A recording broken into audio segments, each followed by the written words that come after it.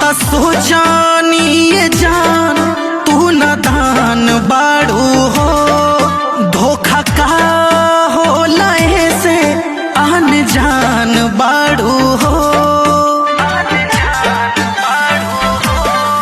हम त सोचा